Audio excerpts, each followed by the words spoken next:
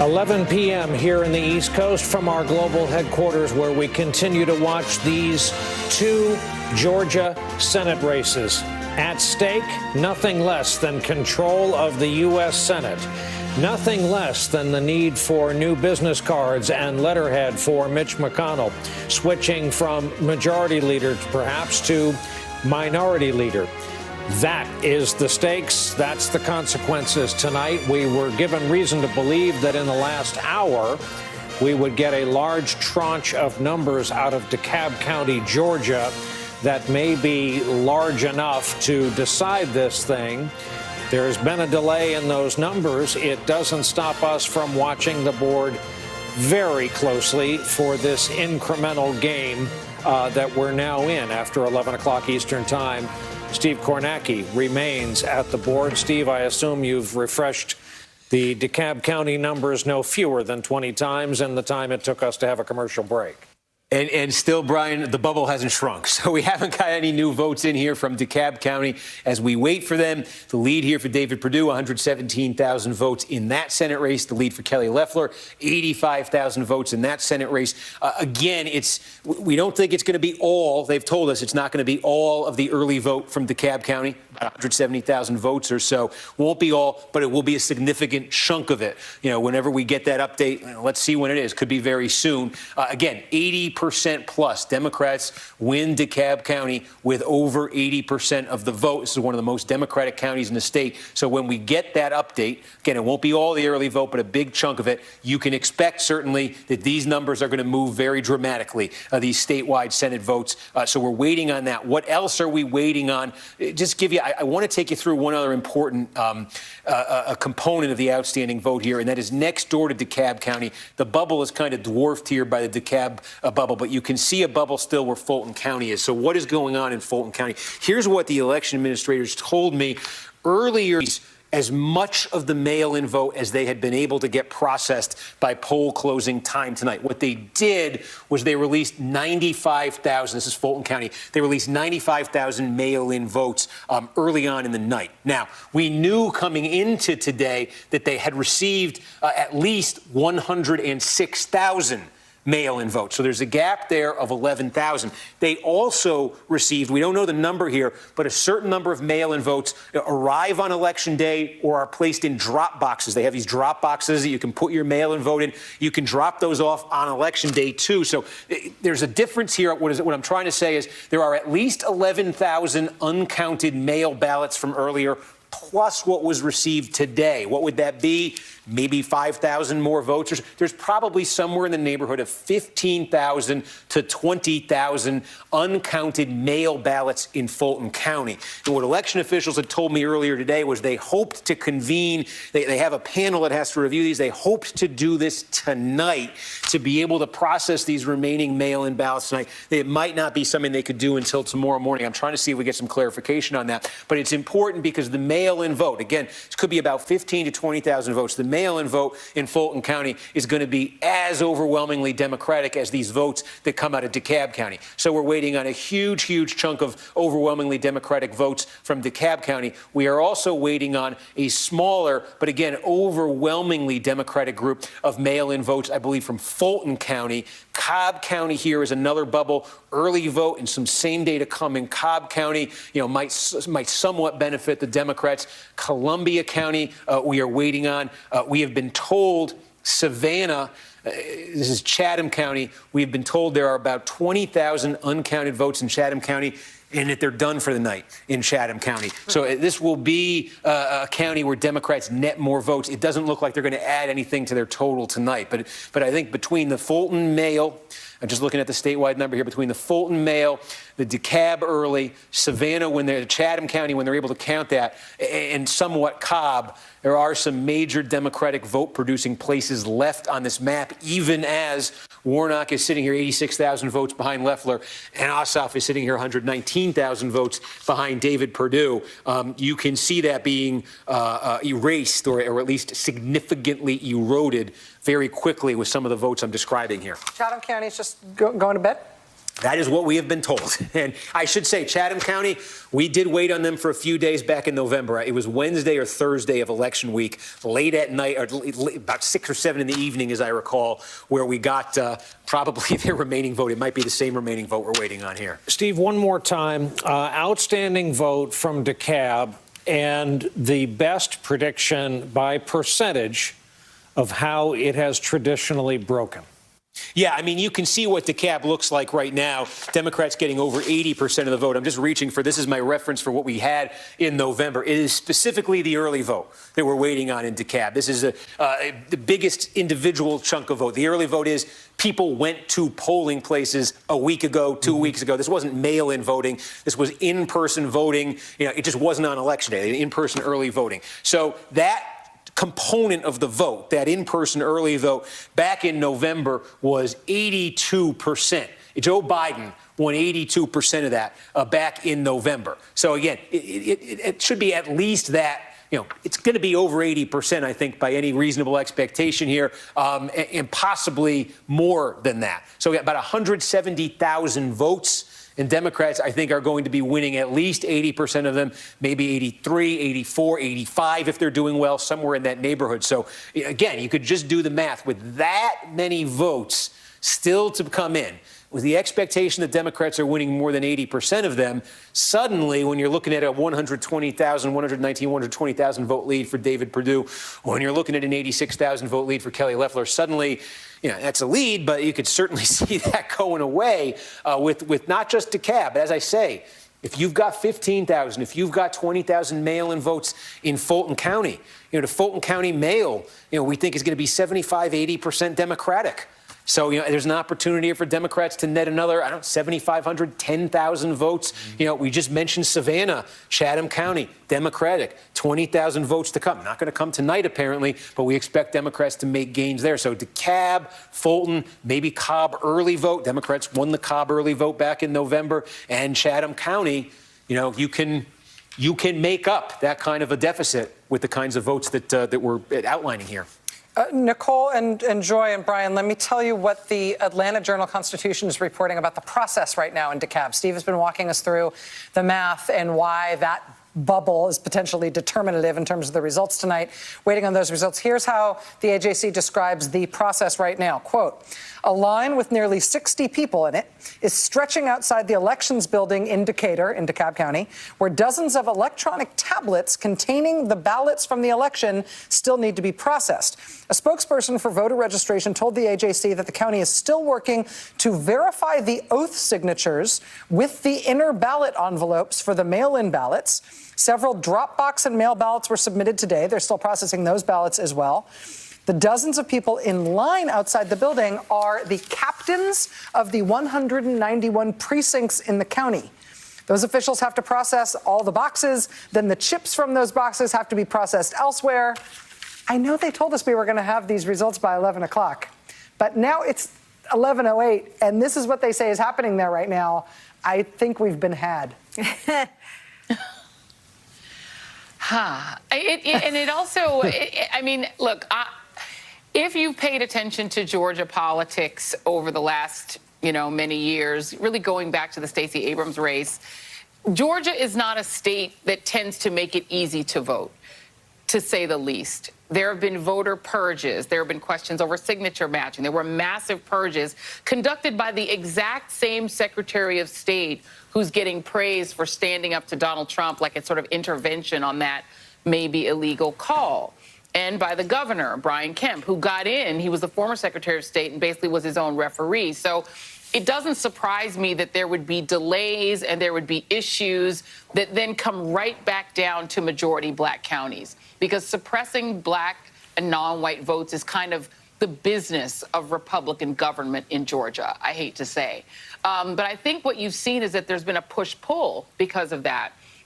Because of the suppression and because of the historic nature of Raphael Warnock, quite frankly, both of them are historic candidates. It would be I don't know if it would be the first Jewish senator, but it could be in terms of Ossoff. But in terms of Raphael Warnock, he's a historic figure who's also a known figure who's seated in the middle of a vicious attack on the black church and on black faith, right?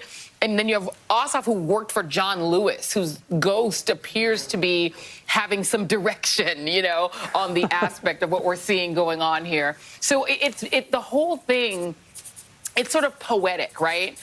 That it's going to come down to delays in majority black counties. That's how Georgia politics is kind of built. The other thing I would add, Rachel, is that the Republicans can see a lot of the same things that Steve Kornacki can see. And tonight, a lot of the Twitter flags are on not just Trump tweets, he's got plenty of flags himself, but on people calling the race and already assigning blame. And that's going on Drudge, it's going on in right-wing circles, and Donald Trump is already trotting out allegations of fraud. So this conversation about disinformation and delegitimizing the kinds of figures that are historic for the very reasons that Joy is articulating is already underway.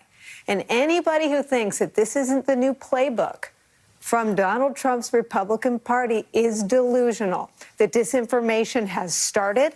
The races haven't been called. We don't know for sure how they're going to end. We don't know who's going to win. But Republicans, Trump allies, are already hedging their bets and beginning the delegitimization of them. And it's a bleak little footnote to what is shaping up to be a night Democrats should feel very deeply optimistic about. But it is the new reality, and it's the new normal. And I think you'll start to hear a lot of questions from Trump and his allies, if they haven't started already, by tomorrow morning.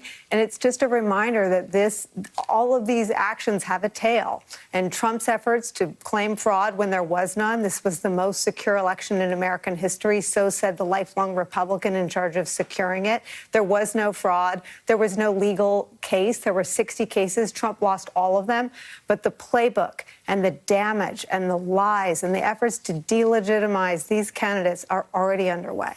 And can I just add to that very quickly? Please, Joy, you go. That I think what you're going to see next, unfortunately, and the history of the people who are governing that state right now, and you're going to see it around the country, the idea we're going to have commissions to talk about voter fraud, and it's all focused on these non-white where there's pluralities of non-white voters, places like Fulton County, places like Detroit, places like Milwaukee. You're going to probably see epic attempts at new ways to make it almost impossible for black and brown people to vote. The hurdles are going to get higher, legislatively higher, because we don't even have the full Voting Rights Act to protect the vote.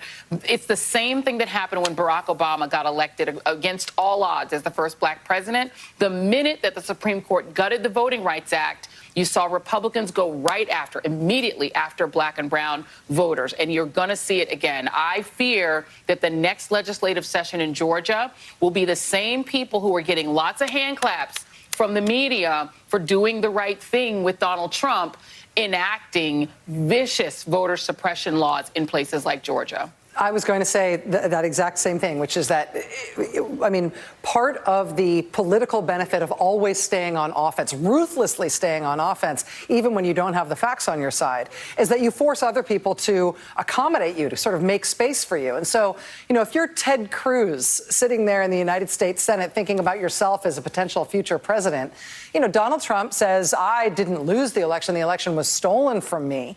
And Ted Cruz decides that he's going to run with that. And how is he going to run with it? He's going to run with it in a way that uses that manufactured crisis in a way that will benefit himself and his party in future ways. And so what Ted Cruz says is, I'm going to object to the seating of the electors because we need a commission to study all these accusations of fraud. Yeah. Well, what is that commission going to conclude? If you take those false accusations of fraud seriously, you're going to come up with some conclusion that voting needs to be made more difficult. And of course, that serves the Republican Party's interests. They've been trying to make it more difficult to vote the entire time that I've been alive and before. But they can turn, whether or not they believe what these fantasies that Trump is spinning about the lizard people and the pedophiles taking his election from him, they can use that manufactured crisis for their own purposes. And you'll see it at the federal level. You'll see it everywhere that Republicans have power. Whether or not they endorse the craziness from the president, they will use what he has stirred up along those lines to enact voter suppressive policies wherever they can. And that's the political science benefit of being ruthless in terms of always staying on offense. Let me add one more thing, Rachel. That is also the consternation in some conservative circles about the attack on what's happening tomorrow. The attack tomorrow is an attack on the very way of voting that is the only scenario that Republicans ever win the White House, ever, ever, ever. So you want to trash the electoral vote? Go ahead, because the other scenario is that you'll lose forever. So, at some level, maybe there's something Machiavellian in helping them. I mean, the idea that they're going to trash and lift their leg and desecrate what we do tomorrow, which is really ceremonial. It's part of the process that isn't supposed to be political, isn't supposed to be the kind of crisis that renders all four of us anchoring hours and hours of coverage tomorrow. But it is, because of Republicans. And if they succeed in trashing that, they will never win another presidential election again, ever, because the only other scenario is the popular vote. Exactly. And black voters and brown voters, voters of color, hear them. I think they almost feel like they're speaking in a vacuum. But non-white voters, indigenous voters, Asian American voters, Latino voters, black voters have now heard the Republican Party essentially say that no election in which non-white voters make the difference in terms of pushing an election in one direction, that is fundamentally illegitimate, that only Republicans can be elected legitimately, as Jamel Bowie wrote in his piece today. They're essentially saying your votes are invalid on their face. Because you are not white voters, your votes never count, and that we will do everything, including break the Constitution, to make them not count. What do they think that these voters are going to hear down the road as more and more and more voters of color turn 18 and start to vote? How do you think they're going to feel about that? They're condemning themselves, as Nicole just said, they're condemning themselves to a position where they can only enact minority rule through things like the Electoral College. And guess what Democrats are going to do when they have the power and a big enough majority and get rid of it? The Republicans, in the end, will be responsible for the end of the Electoral College if it ends. The jujitsu move by the Democrats tomorrow would be like the surprise non-defense against the objections and be like, oh, do it. Knock yourselves out. Exactly. Knock yourselves out. Get rid of the EC. Joe Biden will be the next president, but you're right. This Electoral College thing, woo, gotta go. That would be the jujitsu move. I have the role here of gently going to, maybe as a standoff, going to Steve Kornacki, who I've been watching during our conversation, at one point get on one knee in front of the board. It's the shank of the evening. I'm not rushing your process, and I'm seeing DeKalb still at 42. Right. But I also have reason to believe you know of some new number? Yes, the DeKalb County website has just posted an update. Now, I'll tell you right now, this may populate in our system as I'm going through these numbers. So these numbers could kind of go berserk here in a second. There it is. There it is. Okay. That makes the math a little easier. This is not all of the, this is not all, but this is most of the early vote that just came in here in DeKalb County. And you can see here now a 200,000 vote margin for John Ossoff in DeKalb County, 82.5% of the vote. Let's check Raphael Warnock, 82.2% of the vote. A 90,000. Oh, this one still has to. All right, we'll come back to that. Here you can see Ossoff, 200,000 vote edge. What did that do to the statewide tally? Now Ossoff trails by 2,140 votes. That was over 100,000. We're talking about that Perdue lead growing and growing and being over 100,000. With that update, again, that's not everything. There is still a little bit more to come from DeKalb County. With that update, Ossoff has almost entirely erased what David Perdue's lead had been. Let's check now again if we've got the Warnock Loeffler vote here in DeKalb County. There it is. Okay. Warnock now 83.2%, a margin of 204,000 votes. Now remember, he was already doing better statewide than John Ossoff. Raphael Warnock has taken the lead statewide in Georgia right now. He leads by 32,000 votes and change. So with that update from overwhelmingly Democratic DeKalb County, what you just got in there was early vote. And I'm sorry, what you just got in there was early vote. Again, not all of it. There is still some more to come. That's most of it But what you've got here is that has put Raphael Warnock into a 32,000 vote lead statewide.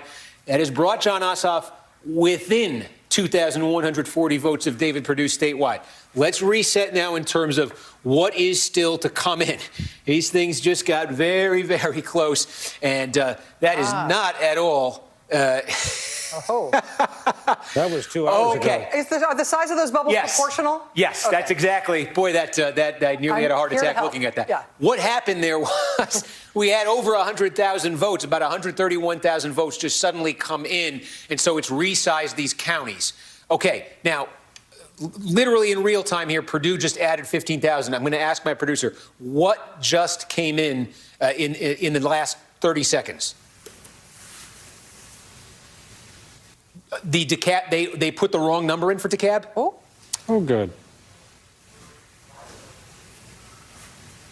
Bardo, there was a problem with the Bardo County number. Okay, the numbers sometimes get entered wrong. They had entered them a little bit incorrectly for Bardo County and for DeKalb. Is this the correct number? This is the correct number. So it is 19,629. That is the statewide lead for David Perdue right now. Raphael Warnock's lead over Kelly Loeffler is 20,010 votes. 20,010 for Warnock. And again, a deficit here of almost 20,000 votes for Jon Ossoff. A 40,000 vote swing, a difference between those two candidates. So again, we say, where is the remaining vote now? And you can see with all of that DeKalb vote getting reported out, these bubbles just dramatically changed size because that was overwhelmingly the lion's share of what's out there. But you still see a circle. I'll circle the circle. You still see a circle in DeKalb County. So there is more from what you just saw. There is more of that to come. Not a ton, but there is some more to come from DeKalb County that will be overwhelmingly Democratic. So Ossoff and Warnock will still get some more out of DeKalb County. There is also a little bit more now from Fulton County, and we took you through this a few minutes ago. What we think we're dealing with in Fulton County here is the mail vote. So again, they were about 10,000 or so mail ballots they had coming into Election Day in Fulton County that they were not able to process and get reported out earlier tonight. So we are waiting on those 10,000 or so mail ballots, plus in Fulton County, whatever came in today, in the mail today, in drop boxes today throughout Fulton County. It could be 15,000 or so more mail votes to come in Fulton County. Again, those will be overwhelmingly Democratic, probably at a 75, 80% clip. We are waiting here in Cobb County on some early vote here. So again, there's an opportunity in Cobb County. It's not a ton, but there is an opportunity in Cobb County for the Democrats to get a little bit more. Two more here we are waiting on. Newton County. This one is close right now, but it is. We have the same day vote, we believe, has basically been processed in Newton County. So it is still, I believe that is the early vote. Is that right, Adam? Check me on that. The early vote to come in Newton. Okay, I want to double check on that. But again, we talk about those Democratic counties in the Atlanta metro area. Newton is typically one of them. You can see right now Ossoff is a little bit under the Biden number. Also, we have some vote from Henry County. I think this may be same day vote in Henry County. So again, we want to see what the same day vote should be less pro-Democratic, should be more Republican. But are Democrats still gaining votes with the same day vote to be counted, or are Republicans going to gain some votes there? But it's these Atlanta metro area, really 5 counties here in the Atlanta metro area. And I believe Henry just reported. There you go. I think you're basically looking at Henry County right now, and you can see Ossoff. Okay, so Ossoff is going to finish up here in Henry County, 1.5 points above the Joe Biden number from November. Raphael Warnock, about 2 points above the Joe Biden vote from November. What does this do to the statewide picture? We just took one of those counties pretty much off the board. Warnock's lead here, again, is sitting at, let me get this off the screen here, too. Warnock's lead here is sitting at 19,000, and Perdue's lead is sitting at about 20,000. So we've got those. It's now 4 counties, really, 4 big places there in the Atlanta metro area. This bubble give you deja vu for the November election. This bubble around Chatham County where Savannah is, that is getting larger here. We think there are about 20,000 votes left to come here. Now, a point of clarification, a minute ago, I said, they went home in Chatham County. We're not getting anything more tonight. They did go home, but apparently they did a lot of work before they left that is going to be released after they leave. So what we are now hearing from Chatham County is that there is a release of votes that is imminent here in Chatham County that could be the rest of the votes in Chatham County after everybody has left. So somebody stayed to release the vote, but apparently we are waiting on that. So these are the biggest pieces of real estate that are left here. There's also, here in Richmond County where Augusta is, I think we are waiting on a little bit of the mail vote right there. There's some scattering here in some other places, but there are still, I think the key here when you look at this and the totality of this, there are still Democratic votes to come here. And again, I think the votes, remember when we were looking at the Atlanta metro area here a minute ago and there were 5 big circles and then suddenly there were 4 and we said, oh, looks like Henry County reported. Well, I said, what that did was it cut Perdue's lead down to 15,000. It was sitting there at about 20. Now it's down to about 15,000. That's what getting rid of one of those bubbles did right there. And what it also does here in the Warnock races, now it has him sitting, I think this might update here in a second. Warnock should move correspondingly. So again, Atlanta metro area, we got 4 sort of sources of votes right there we're keeping an eye on. Chatham County, Savannah, now, based on what we're hearing now, I think we may actually get some votes out, about 20,000 maybe out of Savannah sometime in the near future. So we could get, and I think there might be more to come in Houston County where Warner Robbins is, Robbins-Warner, excuse me. We've got, I'm just trying to, we've got more vote to come in here as well. I was trying to get a clarification here if we know exactly which type of vote this is, but there's more here as well. Warner Robbins, excuse me.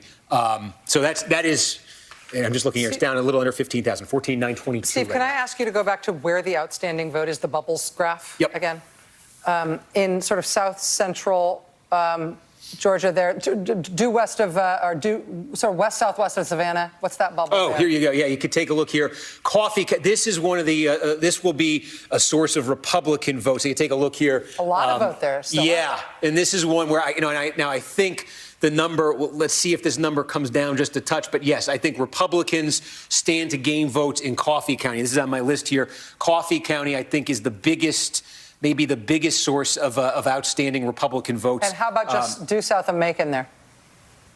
1 second. Sorry. Yeah, this should be Houston County. Okay. So again, what I'm trying to get clarification on here is exactly what type of vote we're waiting on here. Is this same day? Is this mail early? Because this is one of those counties where there's a disparity here. Right. This is the same day is going to be Republican, but I think Democrats are going to be winning when you're talking about mail and early vote in Houston County. So I'm trying to get some clarification on that. There's also a bubble here in Dougherty County. Now, again, this is where the city of Albany is. This is heavily Democratic. This is in that region of Southwest Georgia we were talking about where we've been seeing, it looks like, African-American turnout. Democrats were saying they think they're going to get it up. We've been seeing Democrats do a touch better in these counties. So, Albany, sort of the capital of that region, we are waiting on some there. We are also still waiting on some, and I want to get some clarification on this. We are still waiting on some in Columbia County.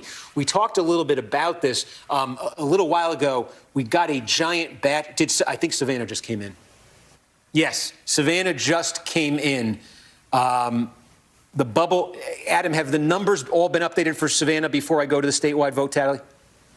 Okay, let's take a look at Chatham County just came in, and what that did is it reduced David Perdue's statewide lead over Jon Ossoff, now inside of 10,000 votes, 9,120 votes. The remaining vote in Chatham County, so they went home and they were true to their word. They released the remaining vote. The remaining vote was Democratic, and it cut about 6,000 votes off that David Perdue lead statewide. It also padded Raphael Warnock's lead over Kelly Loeffler in that Senate race. Warnock now with a lead of 25,765 votes. So you can see the bubble disappears from Chatham County. The other bubbles start to loom larger. And again, if you just kind of zoom in here so you can kind of distinguish the counties from each other here, we're looking at, again, I think more of the early vote in DeKalb County. we're looking at mail vote in Fulton County, mail vote that may not, I'll see if I got any updates here on my phone. I have been texting somebody trying to get an answer. No answer. Mail vote that may or may not be counted tonight. Maybe some of it's counted tonight, maybe all of it, maybe none of it, but you're looking at an overwhelmingly Democratic mail vote still to come there in Fulton County. We're looking at some early vote in Cobb County. We are waiting as well on Newton, where I believe there's early vote in Newton as well to come in. So these should be pretty Democratic in terms of what you're getting out of those 4 counties. Yes, Coffee County, that should be Republican. Richmond County, Doherty County, these could be Democratic. These dots you're seeing, these bubbles you're seeing here. You know, Houston County, again, I'm trying to get some clarity on that. And again, there are some opportunities here in North Georgia, you know, for Republicans to make some gains there. But, you know, look, if you're Raphael Warnock, you might be feeling, I think each Democrat's feeling encouraged right now. I think if you're Raphael Warnock, you might be feeling extra encouraged because he's got that 30,000 vote pad right now over John Ossoff. And the votes coming out of the biggest bubbles, the 4 biggest bubbles that remain on the map, figure to be Democratic votes. So figure from this collection of bubbles right here, figure to add to Warnock's lead. As we say, there are some of these other bubbles that could also add to Warnock's lead. Then there are some bubbles here that could eat into it. But that's if you're the Warnock campaign, that is a pretty encouraging. What's up there in North Central Georgia? Yeah. Take a look. So Gilman, I mean, it is overwhelmingly, you know, Republican vote right here. Now, I believe what they have left to count here is the mail vote. So I think this is one of the counties that waited until the end to do the mail vote. I don't think it's going to be hugely Democratic, but I don't think it's going to be as Republican as what you've seen so far. But still, that should be a gain for Republicans in terms of what is still counted there. So a lot of small-ish counties with small-ish numbers of votes to come in that might help the Republicans. And again, in terms of the Democratic hopes and dreams here, it's bigger counties that have larger numbers of ballots outstanding. And we just, Adam, I'll put you on the spot. I think we just got another significant update. Can you tell me what just came in? We got more. Okay. Oh, did we get the? I think what we just got. I said, how many ballots, Adam? 12,000. But was that precinct or was that mail?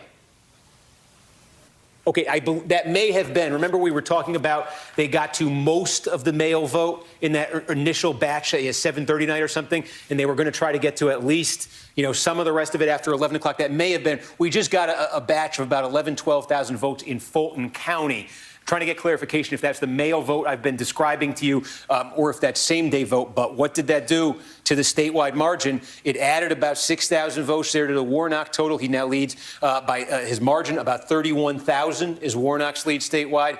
And John Ossoff is knocking on the door right now. He's within 3,696 votes of David Perdue with that update from Fulton County that just came in. And we're just kind of expanding these circles again so you can get a sense of the scale of it. That second bubble from the left is Fulton County. That's where we just got a big batch of votes. What you just saw happen in Fulton County, something on that scale is going to happen again. I don't know if it's going to be tonight or tomorrow morning, but that remaining bubble is going to be Democratic vote to some degree. We're not sure exactly which, but that should be Democratic vote. The DeKalb bubble starting to get a little bigger again. The remainder of that gigantic batch that came in and that really sort of reshuffled these races.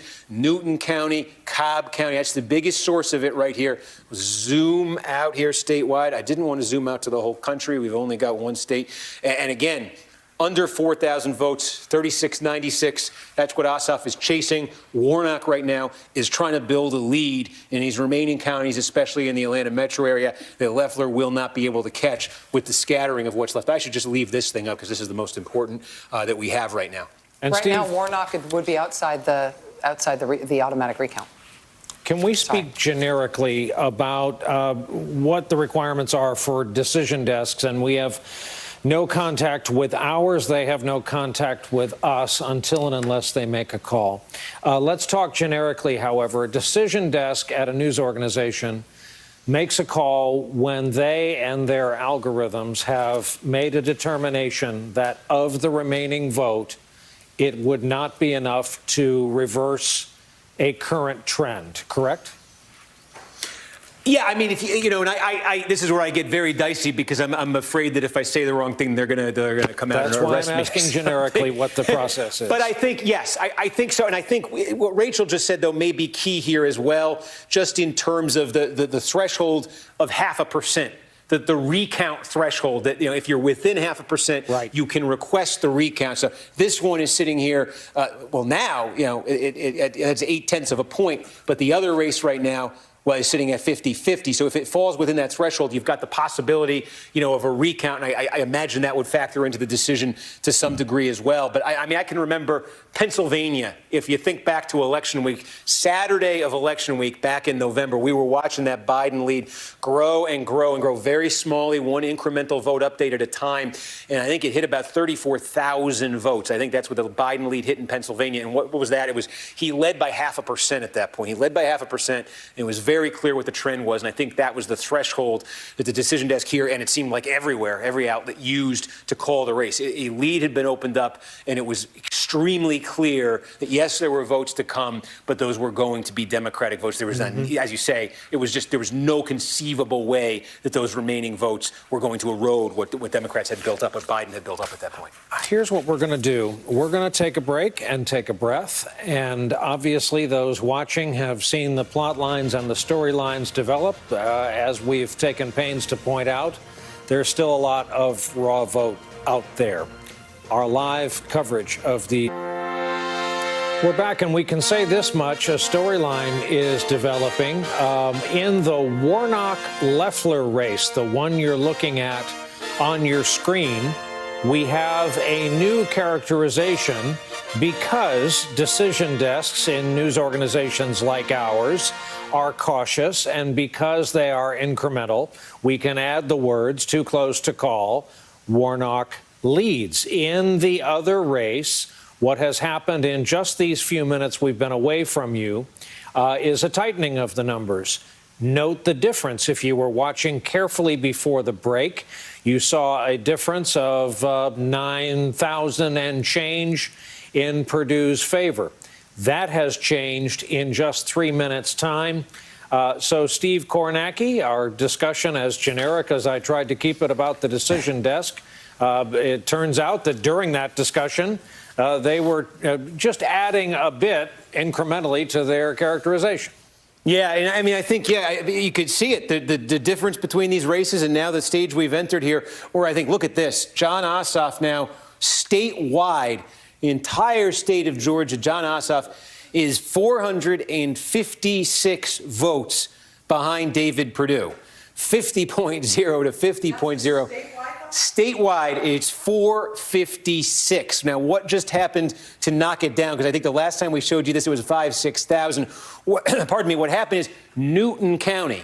Okay, I'll zoom in here so these bubbles take on a little bit different size. We said Newton County is one of these 4 in the Atlanta metro area where we've been waiting on a fair amount of vote. It's early vote to come in Newton County, more Democratic, and that's what happened. More Democratic vote came in. You see in Newton County, Ossoff is now running about 3 points above the Biden number. Warnock is now running more than 3 points above the Biden number. We just got a big batch there of Newton County numbers, and what it did is it put Warnock ahead, 34,692, and it brought Ossoff within 456 with more to come in Newton County. Just showed you what that batch did. There is more to come in Newton County. There is more to come in, you guessed it, DeKalb County. There is more to come in Fulton County, and there is more to come in Cobb County. And we've been talking about Cobb County moving on from the same-day vote to the early vote, and it's a critical difference there because the Republicans are doing fairly well, pretty well, in the same-day vote, winning it in a lot of the installments we were getting in the same-day vote.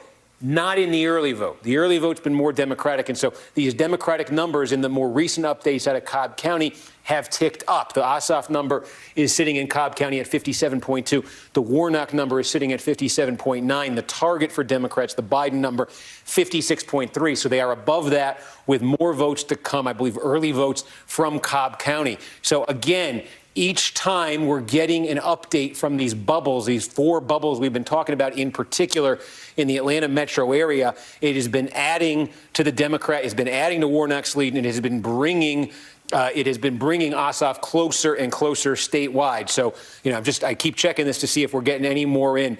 These are the biggest sources. This is 4 counties right here of outstanding vote. There are some other sources here.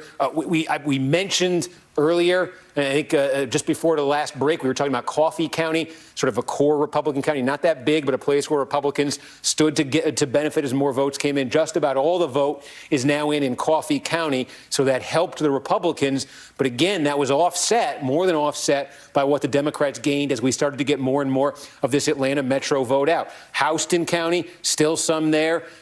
Augusta, Richmond, still some there. Columbia County, still a little bit there. North Georgia, still some there. We've even got some, Coweta County is still a little bit to come right there. This could be Republican. So there are still some opportunities here for Republicans, but the biggest bubbles on the map, the biggest remaining bubbles on the map are in core Democratic areas right now. Now, Steve, I have to ask you if we have any human intelligence on what to expect in terms of those remaining bubbles and where, whether people are going home or whether that work is continuing and whether they're giving any updates on when to expect it. Yeah, trying to get some clarification on that. And this is why I keep checking this phone I have here, because I've been texting election officials in Fulton County. So I had been in contact with them today and prior to this election. Pardon me, what they had talked about in Fulton County was having at the end of the night, having to deal with some extra mail votes. As I was saying, it could be potentially 10, 15,000 of these mail votes. And they have to convene it's a bureaucratic thing, but there's a committee that they have to convene to get the mail vote reported out. And it was a question of, were they going to do that tonight, late tonight, report it out very late tonight, or were they going to wait until tomorrow morning to do it? So I've been trying to, I believe that the outstanding vote. A committee? So what happens is they take the mail votes and when they put them in the machines, a certain number of them cannot be read by the machines. And the title of the committee here is the vote review panel. So the vote review panel convenes and the disputed ballots are adjudicated. And then they decide. So what I was told by election officials was, theoretically you could run all the numbers through and report out what you got, but then you're going to have to change the numbers once you review the disputed ballots, or you can just wait. You can just wait till you have the committee meeting. We're not going to, so you understand what you're going to count. So is it going to be a meeting late tonight, report it out late tonight? Is it going to be tomorrow morning? I've been trying to get an answer here. Obviously, they've got other things to do right now, so I'll let you know if I get any clarity on that. All right, but Fulton and DeKalb, we are waiting on. And did we just get the rest of Cobb? Adam? And it was, there might be more in Cobb. Okay, we did just get an update from Cobb, and it was a same-day vote in Cobb. There was some same-day vote left in Cobb. Okay, this is a little bit of the uncertainty with these bubbles. Now there may still be more vote in Cobb, I'm being told. So you don't see a bubble there in Cobb right now, but there may still be some more vote in Cobb. But what we just got out of Cobb actually did increase Perdue's lead over Ossoff, 3,500. Warnock's lead cut to 32,000. But we're just going to get some clarity here on Cobb and exactly what just happened. Okay, so right now, as it stands, 32,613 votes is the lead for Warnock in this race. And the Perdue lead over Ossoff is over 3,000, less than 4,000. It was just moments ago down to less than 500, but that is still pinging around. And as Steve said, Brian, as we've been sort of trying to both track the news and the intel that we're getting from Steve, of course, we don't know when these numbers are going to come in. So it's a matter of just waiting on them as they roll. Well, a couple of things. Number one, what's the over and under on Adam having his own spin-off show by certainly summer of 21 after the airtime he's deservedly enjoyed tonight? There he is, a modest man. His back to camera. Number two, let's bring in two very special guests, one of whom has had her name on a ballot in the U.S. Senate race, Claire McCaskill. And there he is. Lawrence O'Donnell is with us. I'm going to skip the privilege of our former Senator Lawrence just to hit you with a question I'm getting hit with tonight. I believe I know the answer, but I want to hear your explanation. In a 50-50 theoretical pie-in-the-sky 50-50 U.S. Senate, who gets to be majority leader, who's determined to be minority leader? Well, that would go to Chuck Schumer because the new vice president would break the tie in the 50-50 Senate. Giving the Democrats, in effect, 51-50. That's what this is all about tonight, is getting the Democrats to 50 in the Senate. Kamala Harris gets them to 51 with that tie-breaking vote. That's how you get Chuck Schumer as majority leader. And that's how you get all Democrats as the chairs of the committees that would be running the confirmation hearings on the Biden cabinet. And that will be a very different world than what would happen if those were all run by Republicans. You wouldn't believe how many people have texted me with that question, and that underscored to me that we have done a less than stellar job in explaining that in advance. Claire McCaskill, I want to take a measurement of your level of optimism as we go into this hour, watching these numbers fluctuate and knowing that this is in a dynamic environment, a toxic political environment, that any result other than 2-0 for the GOP in Georgia tonight was likely to be attacked as being fraudulent. Well, if the Democrats are somehow ginning this up to win by fraudulent means, why am I sitting on the edge of my seat and chewing my fingernails? It would seem if we were going to do this, we could do it a lot easier than this. Obviously, that is the president doing what he does best, lie. He's lying. And the people in the Senate who are going to help him tomorrow are lying. Now, here's a scenario that is very interesting. It appears to me that Kelly Loeffler will lose her Senate seat tonight, and it should probably be declared by tomorrow afternoon. And guess who is supposed to be the person objecting to the certification of the Georgia votes tomorrow? None other than Kelly Loeffler. So imagine her job tomorrow, having lost the Senate race, which it appears that she is going to do. And then this is a woman who has been programmed in this campaign. Her answers have been clearly, scripted. She's been very kind of focused on socialism, and I'm conservative, and Marjorie Greene